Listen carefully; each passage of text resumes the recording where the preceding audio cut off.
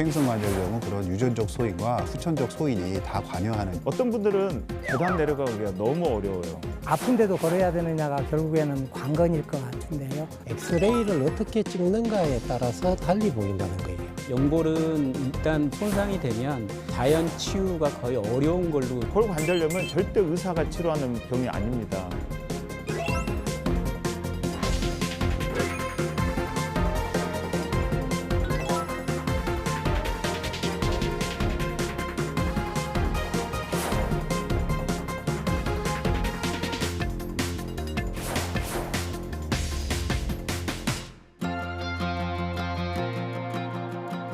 여러분 안녕하십니까? 박상현입니다.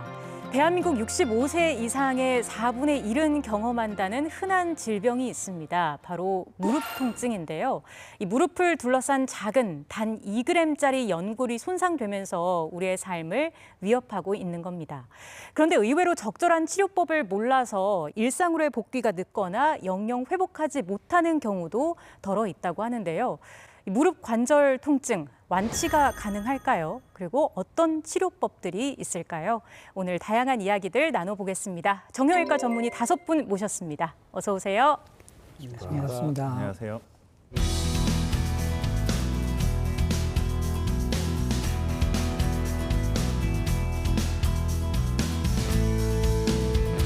자, 저희가 무릎 연골을 흔히 냄비 코팅에 비유를 하고는 하잖아요. 냄비도 오래 쓰다 보면 그 코팅이 다 벗겨지기 마련인데 무릎 관절도 누구나 나이가 들면 안 좋아지기 마련인 걸까요? 관절염은 완치가 되는 질환은 아닙니다. 왜냐하면 나이가 들어서 연골의 성분들이 다 바뀌고 이러기 때문에 우리가 안 아프고 일상생활이 가능하게 하는 것이 목표입니다. 좋은 운동이라든지 그리고 음식 그리고 좋은 습관으로 이걸 충분히 극복할 수 있습니다. 네. 관절 연골이 나이를 먹으면서 상하느냐 일반적으로는 맞죠. 네. 분명히 나이를 많이 드신 분들이 관절 연골을 많이 상해 있는 건 사실인 것 같습니다. 그렇지만 우리 외래에서 보다 보면 나이 70, 80 되셔서 MRI 찍어도 관절이 깨끗하신 분도 상당히 많거든요. 그에 반해서 또 20대, 30대, 뭐 30대, 40대에서도 뭐 예상외로 관절 연골이 많이 망가져 있는 경우도 있습니다. 그래서 반드시 모든 사람이 나이에 따라서 관절 연골이 상하는 것이다라고 생각하는 거는 약간 우리가 경계를 할 필요는 있는 것 같습니다. 우리가 어떻게 생활하는지가 더 중요할 것 같은데 또 궁금한 게 유전적 요인인 거거든요. 이게 정말 유전이 되는 질병인 건지 아니면 생활 습관의 그 요소가 훨씬 더 큰 건지도 궁금합니다. 퇴행성 관절염은 유전적 소인과 그 후천적 그 소인이 다 관여가 됩니다. 유전 질환은 아니지만 예를 들어서 저희가 부모의 얼굴을 닮듯이 네. 예를 들어서 오다리가 이제 내반 변형이라고 하는데 그런 내반 변형을 이제 부모가 내반 변형인 경우 자식들이 또 내반 변형이 되고 그러면 확실히 그 무릎의 관절염이나 이런 게 아주 그 대표적인 위험 인자입니다. 그렇기 때문에 그런 유전적 소인은 명확히 있고 후천적으로는 예를 들어서 쪼그리고 이제 오랫동안 농사를 짓거나 그리고 쪼그리는 작업을 오래 해오신 분들은 그만큼 그 무릎의 반월 연골판이라든지 관절 연골 손상 같은 것들이 쪼그리고 이런 작업을 안 한 사람들에 비하면 네. 확실히 관절염의 그 발생 비율이 높기 때문에 퇴행성 관절염은 그런 유전적 소인과 후천적 소인이 다 관여하는 질환이라고 말씀드릴 수 있습니다. 뭐 흔한 질병인 만큼 궁금한 부분들도 참 많으실 것 같은데요. 치료법을 자세히 알아보기 전에 무릎 관련해서 흔히 하는 질문들을 좀 모아봤습니다. 하나씩 좀 짚고 넘어가 볼게요. 자, 첫 번째입니다. 망가진 연골이나 무릎 관절 재생될 수 있다? 아니다가 이제 저희 뭐 아마 저뿐만 아니라 다 같은 대답일 것 같은데 예. 일단 손상이 되면 잘 치유는 되지는 않죠. 근데 요즘은 여러 가지 치료법들이 발달해서 이제 정확하게 연골세포가 동일하게 재생하는 방법은 사실은 없지만 의학적으로는 연골과 유사한 조직이다라고 네. 표현을 하는데 그 정도까지 재생할 수 있는 수술적인 기법이나 또는 뭐 여러 가지 치료법들이 있기는 합니다. 나중에 이제 손상이 되면 불행하지만 회복되기는 어렵다. 재생이 하지만 힘들다. 네. 예, 그거하고 유사한 세포로 재생할 수 있는 방법이 현재 소개되어 있는 것들은 존재한다. 자, 두 번째 궁금증입니다. 무릎 통증이 있을 때 적당한 걷기 운동 좋다. 외래 보면서 가장 많이 추천하는 운동이 사실은 걷는 운동이거든요. 무릎 안에 윤활렉이라고 있습니다. 그런 윤활렉이 이제 관절 연골에 영양분을 공급해 주는데 걷는 운동을 함으로써 그런 윤활 작용이 더 좋아져서 관절 연골에도 좋고 아울러 비만이 관절염의 많은 원인 중에 하나이기 때문에 체중 조절에도 좋기 때문에 걷는 운동은 저희가 적극 추천하는 운동이고 예. 그러면 이제 아픈데도 걸어야 되느냐가 결국에는 그렇죠. 관건일 것 같은데요. 실질적으로 아프면 조금 쉬어야 되고 만약에 잠깐 쉬어서도 그 통증이나 부종이 가라앉지 않는다 그러면 반드시 병원을 찾아서 의사와 상담을 하시는 것이 좋을 것 같습니다. 환자가 걷기를 하고 나서 더 아파진 경우가 굉장히 많거든요. 그래요? 통증이 심하고 부종이 있는데 이 일반적인 잘못된 상식으로 적당한 운동이라는 게 무조건 걷기다 이렇게 표현하는 것은 제 개인적으로는 조금 잘못된 생각이고 많이 아플 때는 휴식을 취하는 게 제일 먼저 저희들이 해야 되고 운동도 스텝 바이 스텝으로 체중 보완하는 그런 운동부터 스타트하는 것이 추천됩니다. 예. 다음 질문도 드리겠습니다. 정수기 물보다 생수가 무릎 관절에 좋다? 지금 웃고 계세요, 유 교수님. 저는 이 질문이 왜 나왔는지가 굉장히 황당한 궁금해서 질문인가요? 그렇습니다. 의외로 많은 분들이 궁금해하시더라고요. 아, 그래요? 네. 저는 정확한 인포메이션은 사실은 없습니다. 근데 아마도 뭐 옛날에 어디 광고에서 보니까 뭐 미네랄이 있니 없니 네. 아마 그런 문제인 것 같아요. 관절 성분 중에 이 미네랄, 특히 유황 같은 것들이 생수에 훨씬 더 많이 포함되어 있기 때문에 식품 영양을 하시는 분들이 그렇게 이야기를 하시는데 저희 물어보는 사람 입장에서는 음식을 하나만 먹는 것도 아니고 여러 가지 다양한 그 야채라든지 이런 걸 다 해서 섭취를 하는데 과연 우리가 이걸 비교를 해야 되나 이런 생각은 있습니다. 큰 의미는 없다라는 네. 말씀이신 거군요. 네, 아마 질문하신 분의 의도는 예. 이 안에 어떤 미네랄 성분들이 풍부하게 들어있는 물을 먹는 것이 무릎 통증에도 좀 도움이 되지 네. 않겠나라고 질문을 하신 것 같아요. 개인적으로는 그런 얘기가 아주 틀린 얘기는 아니라고 생각이 듭니다. 정수기에 있는 물은 아무리 봐도 정수를 하다 보니까 미네랄이 많이 빠져버리는 경향이 있고요. 예. 생수에는 좀 더 풍부하게 있기 때문에 굳이 이 둘 중에 물을 어떤 게 먹는 게 좋은가라고 한다면 생수를 먹는 게 아무리 봐도 몸에는 좋지 않을까 그런 느낌은 있습니다. 근데 요즘에 그 정수기도 미네랄 보충 필터 뭐 이런 거 있잖아요. 네네, 요즘 그래서 그런 정수기도 나오는 네. 이유가 아마 거기에 대한 이제 보완적인 모습으로 그 회사들도 그런 걸 약간씩 느꼈지 않을까라는 생각이 좀 있는 것 같습니다. 그런 것들도 어쨌든 소비자에게 어필이 될 수 있는 요소가 되기 때문에 그런 것 같고요. 다음 궁금증 들여다보겠습니다. 까치발 들고 한 발 서기가 무릎에 좋다? 까치발을 들고 저희가 이렇게 그 자세를 취한다고 하면 하지에 이렇게 전체적으로 근육에 이제 힘이 들어가잖아요. 그래서 운동 개념으로 보면은 등척성 운동에는 도움이 됩니다. 그래서 특히 그 발목에도 네. 그 아킬레스건이 약하시거나 하는 분들, 그런 분들 오히려 약간 연세 드신 분들이 그렇게 까치발을 설 때 잘못하면 낙상하거나 하면 또 다른 큰 골절 같은 것들이 발생할 수 있기 때문에 조금 위험할 수도 있겠습니다. 다음 궁금증도 보겠습니다. 보충제 섭취하는 게 효과가 있다. 외래에서 이 건강 보조식품을 많이들 이제 드시고 실제 이제 뭐 환자 입장에서야 당연하죠. 자녀분들이 또 부모님한테 효도를 열심히 하시니까 그런 건강 보조식품이나 이런 게 또 뭐 이렇게 구매해서 어머님께 권하기도 하고 실제 드시고 오시는 분들 글루코사민 말고 다른 뭐 여러 가지 보조제도 마찬가지인데 드시고 내 주변에서 이거 먹고 많이 좋아졌다고 그래서 자기는 먹는다 이렇게 얘기들도 하십니다. 단지 주의하셔야 될 건 이제 요즘은 그 연세 드신 분들 관절염 있고 이런 분 중에 이제 당뇨도 있을 수 있고 또 다른 그 동반 질환들이 있을 수 있잖아요. 이제 예를 들면 뭐 당뇨가 있는 분들은 이게 그 인슐린의 그 저항성을 조금 높이는 그런 문제가 있어서 이제 뭐 그런 당뇨 환자에서는 조금 피하는 게 좋겠다라든지 또는 그 각각류 알러지가 있다든지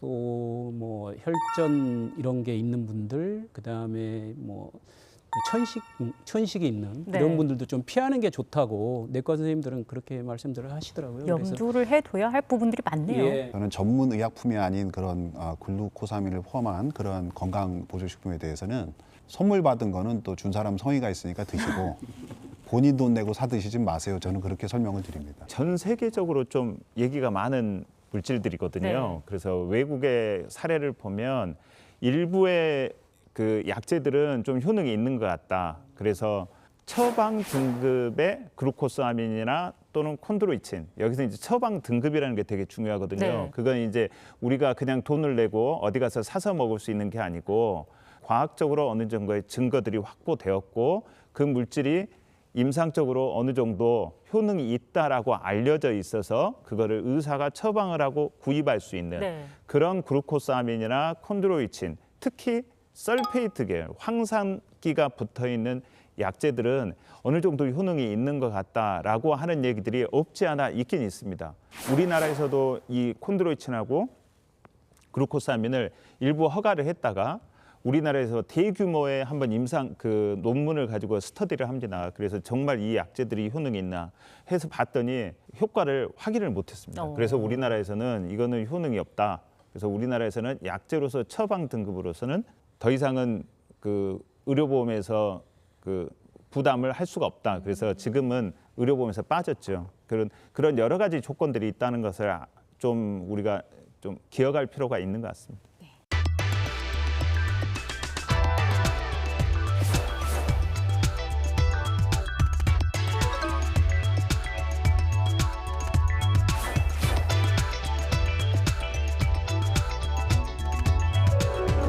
사람마다 그 통증, 무릎 통증의 정도도 다를 거고요. 통증의 유형도 다를 텐데 치료법도 당연히 그에 맞게 달라져야 할 것입니다.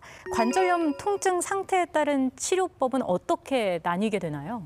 저희가 외래에서 그 무릎 아프신 분들 대화를 하다 보면 제일 많이 그 오해하시거나 아니면 저 헷갈려 하시는 게 관절 연골, 그 연골이라는 표현에 대해서 네. 의사들이 보통 얘기하는 관절 연골이라는 거는 이제 위아래 뼈가 있어서 이렇게 무릎 관절이 형성이 되는데 그 뼈를 코팅하고 있는 부위가 관절 연골이거든요. 연골과 연골이 바로 맞닿으면 금방 쉽게 닳잖아요. 그래서 아마 그 사이에 뭐가 없다라고 하면 관절 연골끼리는 아마 어렸을 때 걸음마 시작하면 바로 닳아버릴 거예요. 그래서 그렇지 않도록 그 사이에 물렁뼈가 있습니다. 네. 그래서 그거를 물렁뼈를 반월 연골판 또는 반월판, 쉽게는 알기 쉽게는 도가니 이렇게 얘기를 하죠. 그러니까 네. 환자분들은 그 반월 연골판 찢어졌다고 하는 거를 연골이라고 생각을 해요. 그러니까 보통 뼈에 그 코팅이 돼 있는 관절 연골에 대한 거를 잘 아마 모르시는 분이 많습니다. 그래서 저희가 이제 관절염이 얼마나 심하냐 할 때는 항상 뼈를 코팅하고 있는 아래 위에 관절 연골이 있고 그 사이에 반월 연골판 또는 반월판, 네. 그 도가니가 있는데 관절 연골과 이 반월판이 얼마나 닳고 얼마나 손상됐냐 이 두 가지를 같이 봐야 됩니다. 그래서 그거에 어느 심한 정도에 따라서 이제 관절염 등급은 나누게 됩니다. 그 등급을 크게 나눴을 때 한 몇 가지로 나눌 수 있는 건가요? 엑스레이 소견으로 저희가 1기부터 4기까지 이렇게 나누고 있습니다. 보통 1기 하면 저희가 엑스레이 구조상 이상이 없기 때문에 엑스레이에 이상 소견이 안 보이고 뭐 특별한 치료가 필요 없거나 뭐 가벼운 운동 정도로 치료할 수 있을 정도고, 그다음에 이제 2기가 되면 이제 연골 말씀하셨던 연골 성분이 조금씩 소실이 되면서 일부 관절 간격은 그래도 어느 정도 유지가 되는 걸로 되어 있습니다. 그리고 뼈가 이렇게 자라나오는 저희가 골극이라고 하는데 그런 이제 골극들이 자라는 단계가 2단계가 되겠고 2단계는 이제 약물 치료가 이제 본격적으로 조금 필요한 단계라고 할 수 있을 것 같습니다. 예. 그리고 이제 3단계가 되면 이제 관절 간격이 더 많이 감소를 하게 되고 이제 수술적 치료도 고민해 봐야 되는 단계가 되겠고요. 흔히 말하는 말기라 하면 이제 4기에 해당되는데 이제 연골이 완전히 다 닳아져서 우리가 뼈하고 뼈가 이렇게 접촉되는 관절 간격이 완전히 없어지는 단계로 이제 일반적인 인공관절 수술에 적응증이 되는 단계를 4단계라고 할 수 있습니다. 환자분들이 무슨 암이나 이런 거는 MRI나 이런 걸 봐도 잘 모르시죠. 이게 암인지 암이 어디 있는 건지 잘 모르지만 이제 정형외과에서 이렇게 외래 볼 때 이렇게 엑스레이 띄워놓은 환자분들이 오 저렇게 좁아졌네요 이렇게 얘기를 하죠. 그러니까 환자분도 인지할 수 있을 정도이기 때문에 흔히 말하는 이제 뼈끼리 맞닿을 정도면 네. 이제 수술을 권한다라는 그런 생각을 이제 환자들도 하고 있고 그런데 관절염의 그 엑스레이 소견상 좁아진 정도하고 환자분의 증상하고 반드시 상관관계가 있지는 않습니다. 저희가 이제 관절염은 이제 등급을 나눠서 정상에서부터 이렇게 한 25%씩 이렇게 마모되는 순서로 이제 심한 정도를 표시하는데 네. 대부분 이제 비례는 하지만 딱 그렇게 일치하지는 않습니다. 즉 심한 정도라고 해서 꼭 그만큼 아파야 되고 그런 건 아닌데 제가 환자분들께 드리고 싶은 말씀은 무릎 통증은 주로 크게 두 가지로 나눌 수가 있는데 아까 말씀드린 뼈와 뼈 사이에 그 반월판 그런 데가 손상이 되면 내려앉고 닳고 이렇게 하잖아요. 엑스레이에서 보면 어떤 환자들은 저 정도면은 다 거의 내려앉아서 정말 수술을 할 정도로 심하고 한데도 환자는 별로 안 아프다는 사람이 있는가 하면 어떤 분들은 한 2기 또는 3기 정도인데도 많이 아파하는 분들이 있거든요. 근데 그거는 혹시 골 병변이 심하게 있는지 그리고 활액막 염증이 심하게 있는지 그렇게 크게 두 가지를 좀 유심히 보면 그게 그렇게 심하지 않은 분들은 좀 닳았더라도 어지간히 수술적으로 치료하지 않고 비수술적으로 치료가 됩니다. 또 하나 경계해야 되는 거는 엑스레이를 어떻게 찍는가에 따라서 달리 보인다는 거예요. KL 그레이드를 사실은 엑스레이에 찍는 기술에 따라서 달리 보이고 또 무릎의 통증이 다른 스파인의 통증하고 연관되어 있는 경우도 있을 수 있다는 점을 간과하시면 안 됩니다. 무조건 무릎을 다 검사해서 괜찮은 경우에 다른 부위도 분명히 생각을 해야 된다는 점을 고려해야 됩니다. 최근에는 이제 골관절염을 증상들이 어떠한가 이걸 가지고 이제 그룹핑을 합니다. 그래서 되게 50% 정도에서는 엑스레이에서 심한 골관절염이 있어도 별로 증상이 없는 그런 분들은 뭐 올해도 와서 보니까 퇴행성 골관절염 4기예요. 그랬는데 3년 지나도 골관절염 4기, 5년 지나도 골관절염 4기. 환자 증상은 별반 차이 없고 그렇게 심하지 않는 사람들.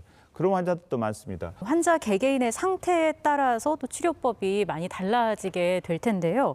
지금부터는 보존 치료에 해당하는 그 약물 치료와 주사 치료에 대해서 좀 더 깊게 이야기를 나눠볼까 합니다.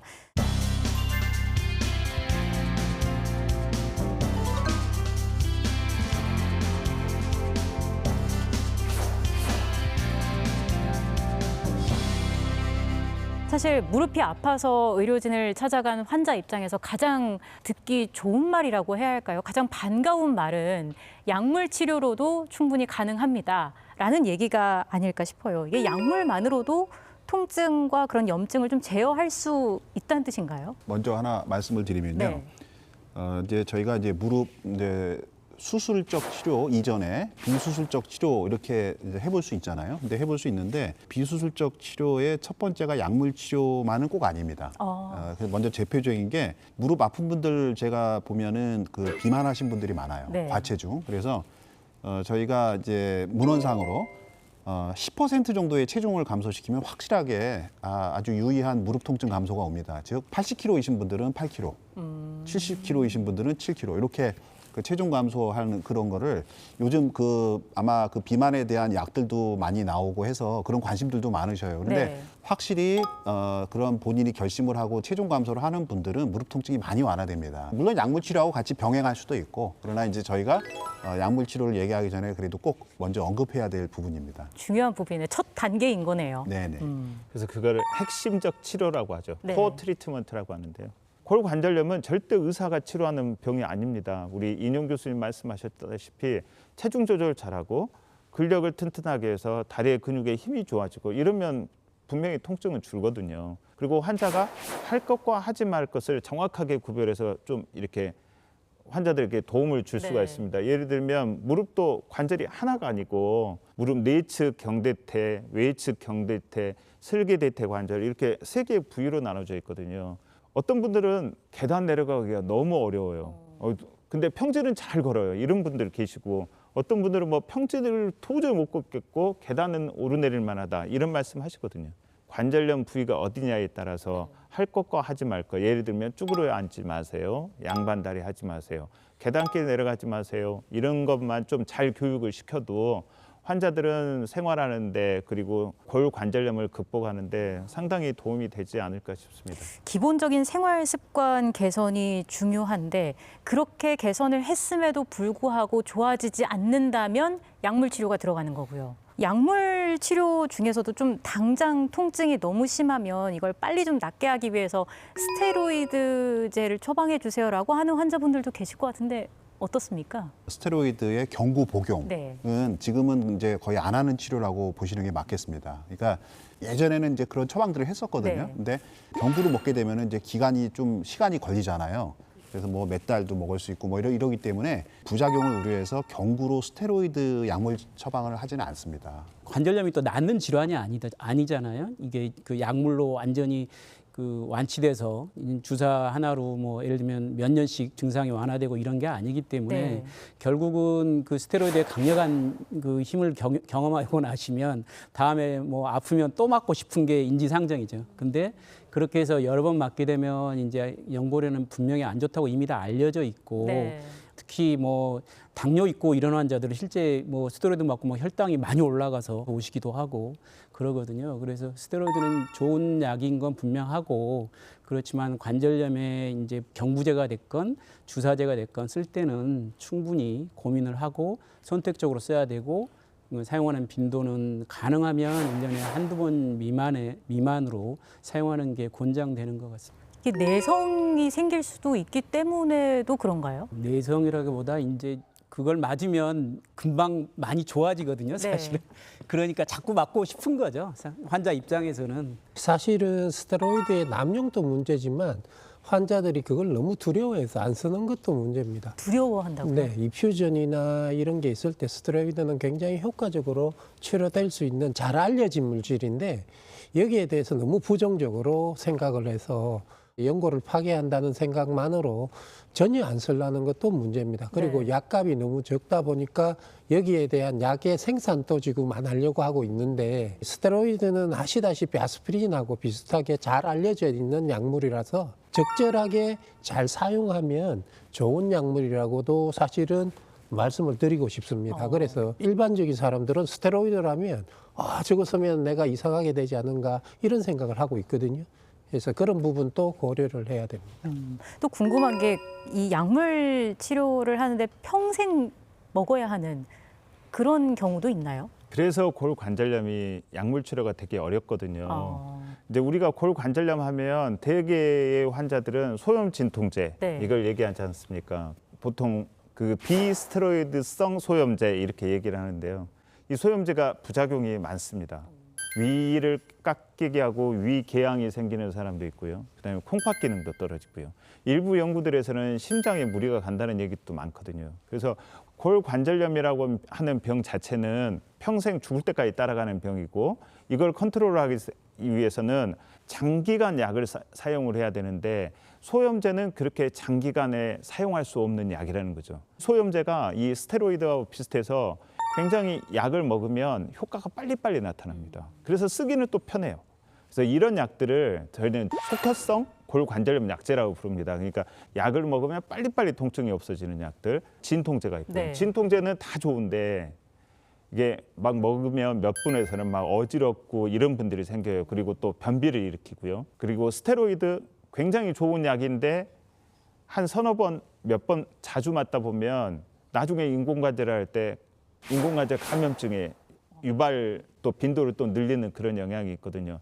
그래서 이런 속효성 약물들은 짧게 쓰면서 긴 관절염을 어떻게 하면 길게 치료를 할 수 있느냐라고 해서 요즘 나오는 약들이 이제 지효성 골관절염 약제라고 하는 약들이 있습니다. 그래서 관절 영양제 뭐 이렇게 표현을 하는데요. 과거에는 골관절염 자체가 그냥 달아 없어지는, 무릎이 달아 없어지는 병이다라고 생각을 했습니다. 최근에 연구를 계속 하다 보니까 골관절염도 아주 낮은 정도의 사람마다 패턴은 다르지만 염증이 계속해서 유발되고 이 염증으로 인해서 문제가 일어나는 병들이더라. 그래서 예를 들면 처음부터 염증을 일으키는 물질을 좀 줄여보면 어떻겠느냐. 그렇게 하면 염증이 줄어드니까 물질이 줄어드니까 통증을 만드는 그 원인 팩터들이 줄어들거든요. 네. 그래서 이제 여러 가지 연구들이 되고 있고 이를 통해서 이제 지효성 골관절염 약제라는 것들이 많이 요즘은 알려져 있습니다. 예를 들면 아보카도에서 추출한 물질들도 그런 역할을 하고요. 우리나라에서는 만들어지는 그 천연 허브 물질들, 여러 가지 조합에 의해서 그런 물질들도 염증을 일으키는 그 단계에서 염증 물질을 줄인다는 많은 연구들이, 기초 연구들이 많이 돼 있습니다. 그런 물질들을 쭉 지속적으로 써서 염증 레벨을 낮춰놓고 그럼에도 불구하고 이렇게 심한 통증이 한 번씩 올 때 속효성 골관절염 약제들, 소염제, 진통제, 심하면은 스테로이드 주사 이런 방법으로 해서 좀 더 관리를 하기 위해서 요즘은 체계적으로 약물 치료를 하고 있습니다. 이 주사 치료제도 요즘 되게 다양해졌다고 들었거든요. 그 선택의 폭이 많이 넓어졌다 하는데 어떤 것들이 있을까요? 전통적으로는 하이알루로닉 액시드가 가장 흔하게 쓰였고 네. 최근 들어선 DNA 주사라든지 그다음에 이제 다양한 그로스 팩터를 하는 성장 호르몬이 있는 그런 주사들, 또 그 콜라겐, 텔로 콜라겐을 주사하는 방법 등 다양한 주사법들이 소개되고 있는데 이들의 효능에 대해서는 아직도 컨트라볼시가 굉장히 많습니다. DNA 주사, PRP, 심지어 줄기세포 주사까지 이제 이런 주사들은 조직을 재생하는데 조금 효과가 있지 않겠냐 해가지고 사실은 도입이 되었고, 또 일부 효과가 있다는 보고 때문에 이제 신의료 기술로 등재가 돼서 현재 사용을 하고 있습니다. 네. 그냥 고가라는 단점이 있고, 아직까지는 사실은 그 조직 재생 때문에, 연골 재생 때문에 도입이 되었지만 그것에 대한 과학적 근거는 사실은 부족한 상태여서 다양한 주사 요법 중에 환자에 맞는 요법을 전문의와 상의해서 결정하시는 것이 좋을 것 같습니다. 주사제 이제 종류가 여러 가지가 있고 계속 새로운 주사들이 나오고 네. 있습니다. 근데 스테로이드 주사는 강력한 소염, 항염 효과가 있어요. 근데 그거와 히알루론산 주사라든지 또 PDRN 주사라든지 또 이런 그 PRP라든지 다양한 이런 주사들은 사실은 윤활작용 또는 그런 쿠션 역할, 그런 역할들이 좀 더 강화되고 어느 정도의 소염 효과가 있다. 그래서 환자분들이 구별하실 거는 스테로이드는 그렇게 염증이 심할 때 그런 물을 말리거나 할 때 쓰는 그런 주사고, 나머지 주사는 조금 윤활 쪽이 더 성능이 강화된 주사라고 생각하시면 조금 비교가 잘 될 것 같습니다. 네. 의료진과의 정확한 상담을 통해서 나의 상태에 딱 맞는 그런 치료법을 찾아내는 게 또 중요할 것 같습니다. 무릎 치료는 수술보다 먼저 통증의 원인을 알고 그거를 다스리는 데서부터 시작을 해야 합니다. 우리의 무릎 건강 지키는 만큼 오래오래 쓸 수 있겠죠? 오늘 저희가 준비한 내용은 여기까지입니다. 저희는 다음 시간에 다시 찾아뵙겠습니다. 고맙습니다.